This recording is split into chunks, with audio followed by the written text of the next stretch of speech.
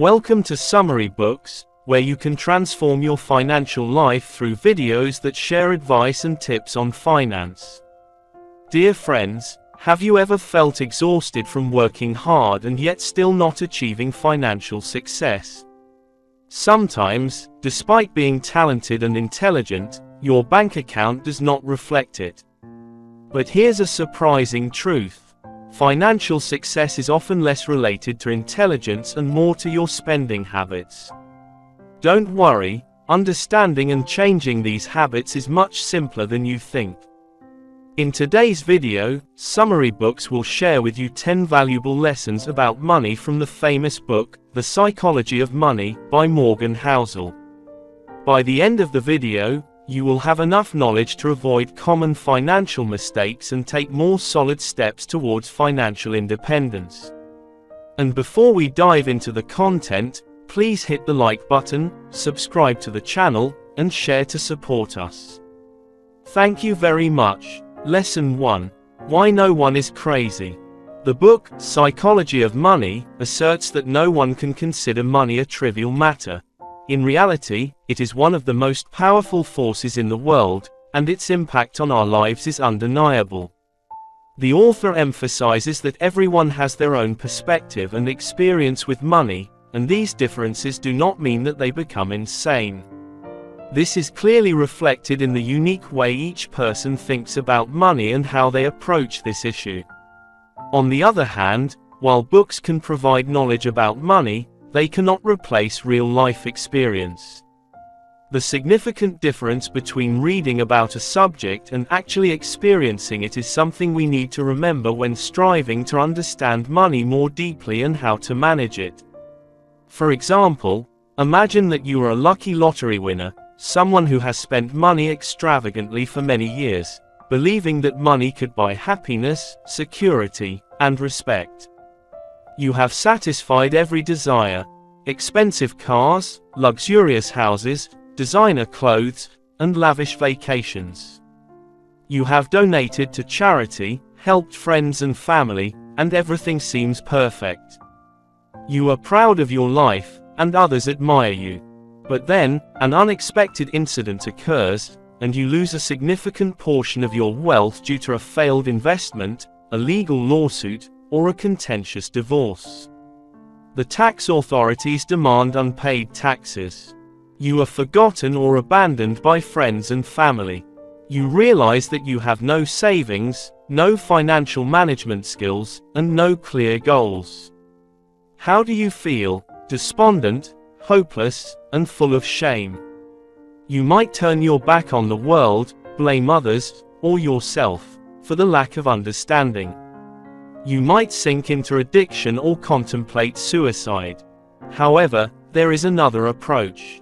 You can recognize that your perspective on money is not crazy.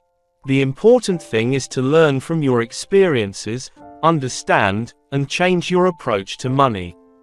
View it as a valuable lesson and an opportunity to explore and grow yourself.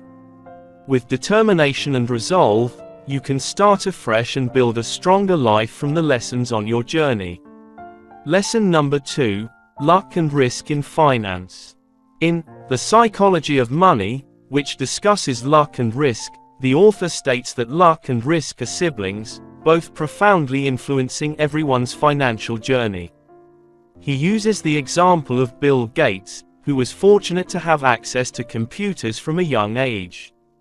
There has been much debate about luck and its role in success. Some people say that luck is all we have, while others argue that hard work is the key to success.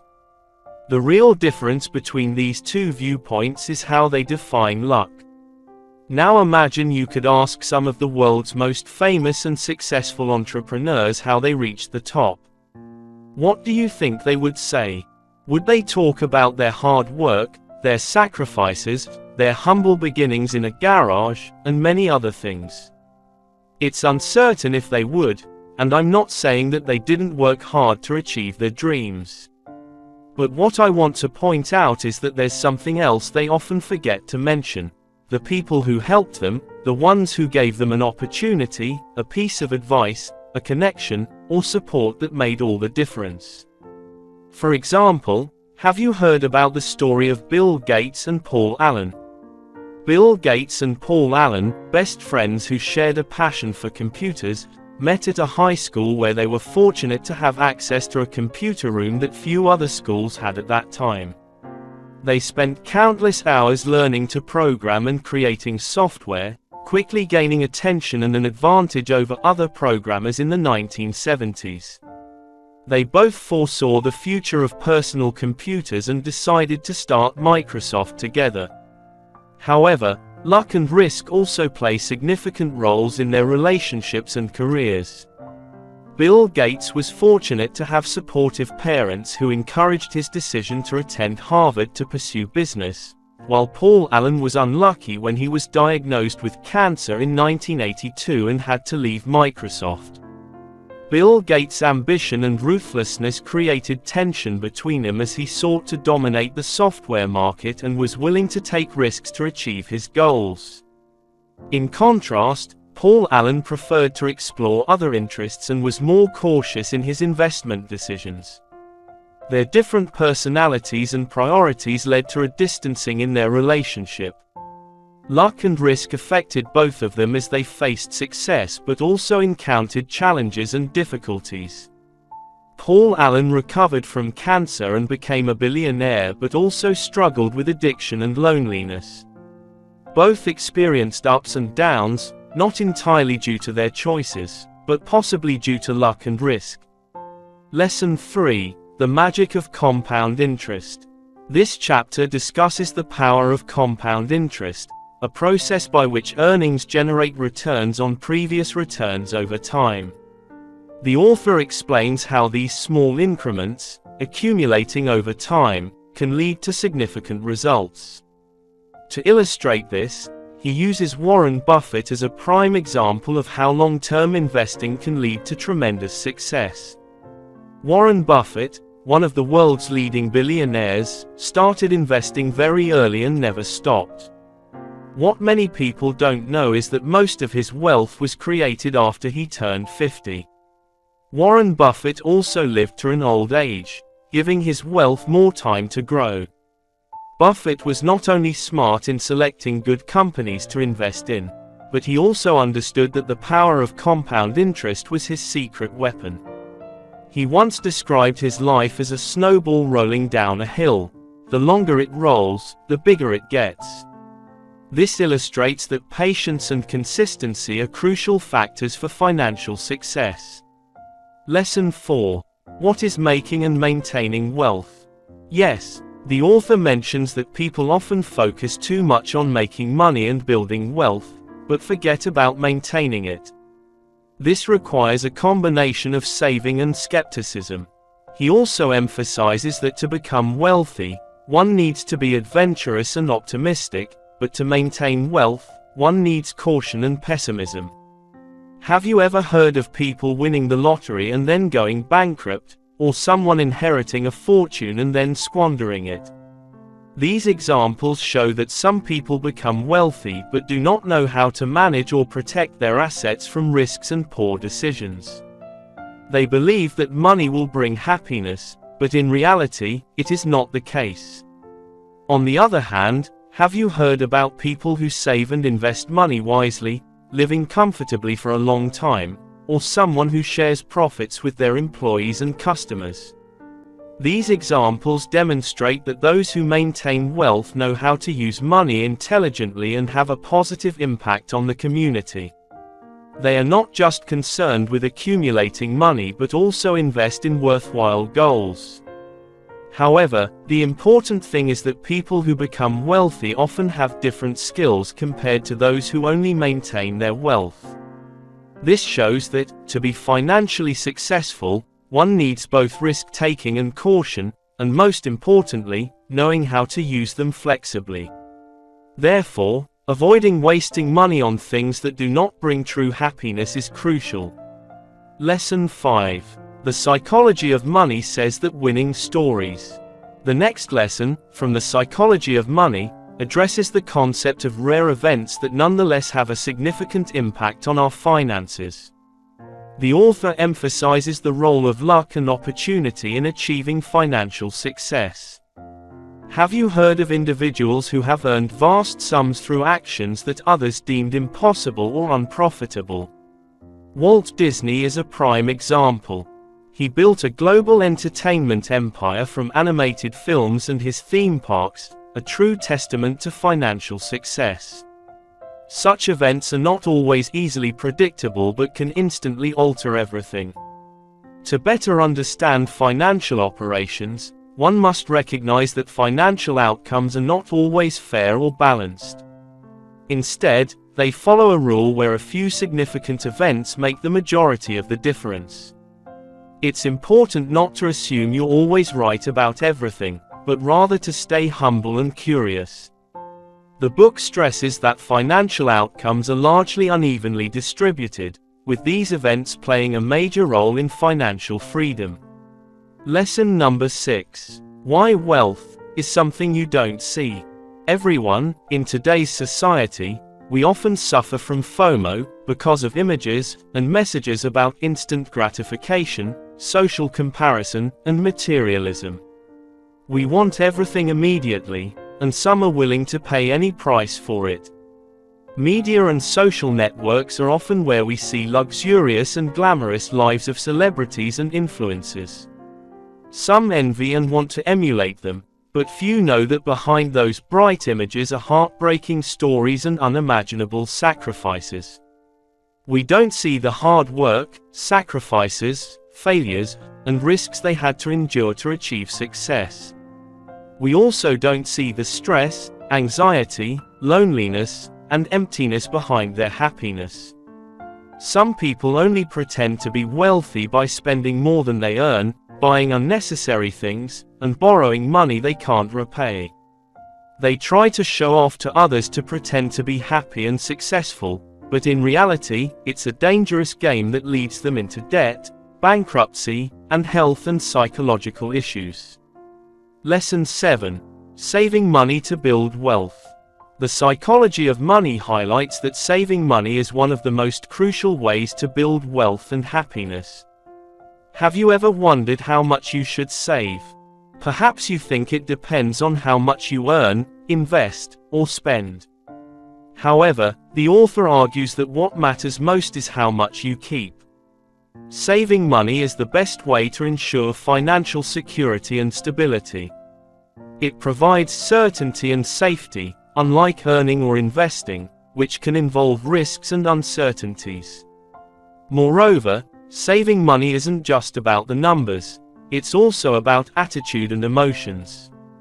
Saving becomes easier if you are modest and confident, whereas it becomes harder if you are arrogant and insecure. The essence of saving money lies not in denying yourself happiness but in choosing what makes you truly happy.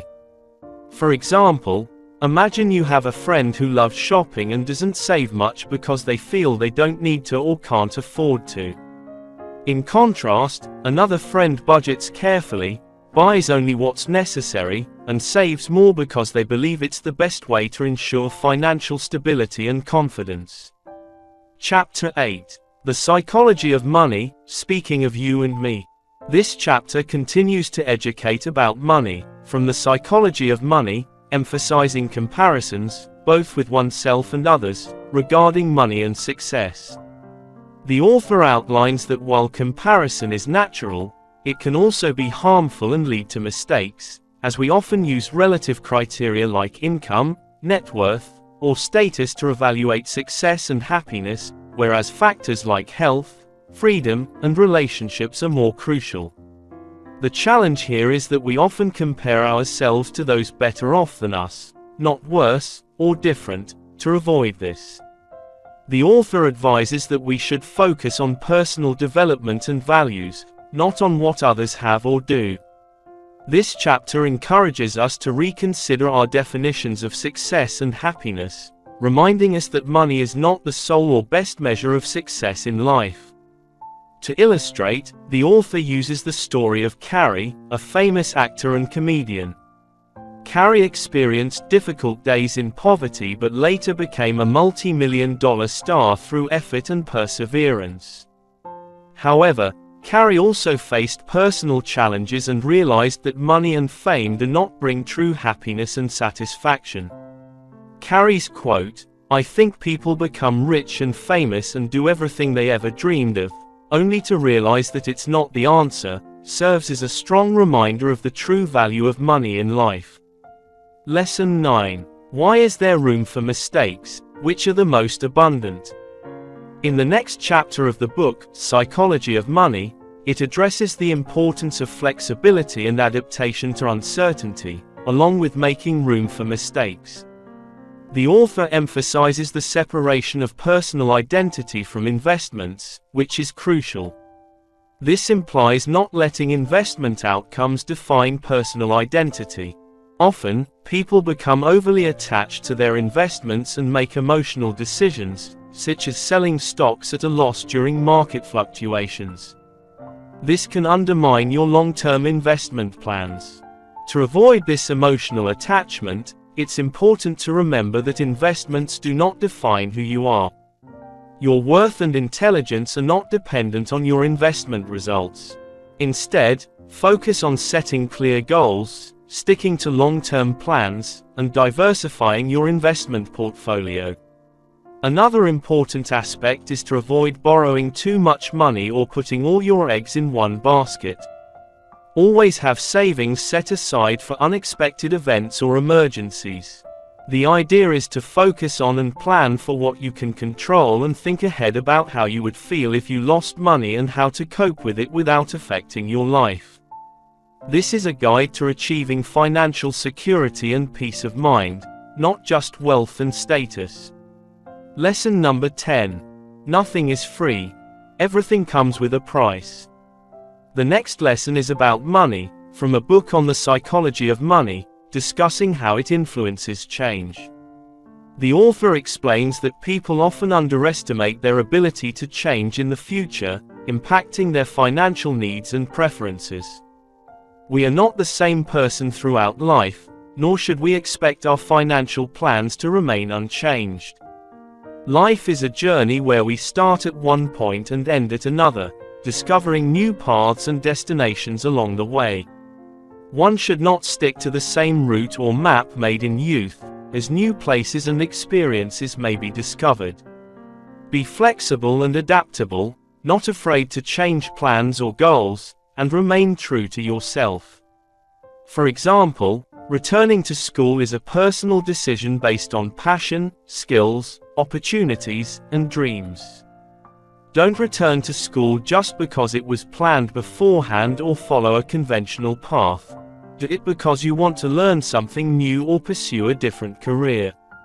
Be willing to adjust your budget and lifestyle to fit educational costs and benefits.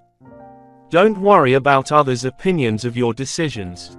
Be proud that you're pursuing your interests and dreams. This chapter invites us to be open and flexible, not confined by commitments or routines. Instead, we should explore and embrace changes and new opportunities. Dear friends, we can learn a great deal from the stories and examples of others who have faced similar financial situations, as well as from our own successes and failures. Time is the ultimate measure of financial success. Money is a tool that helps us buy more time for life's most important aspects. The more control we have over our time, the more successful we become. Discussing how to save more and spend less is the best way to achieve financial independence. We also recognize that saving is the difference between income and ego, while spending is the difference between income and our desires. The greater these differences, the more we save and the less we need to work.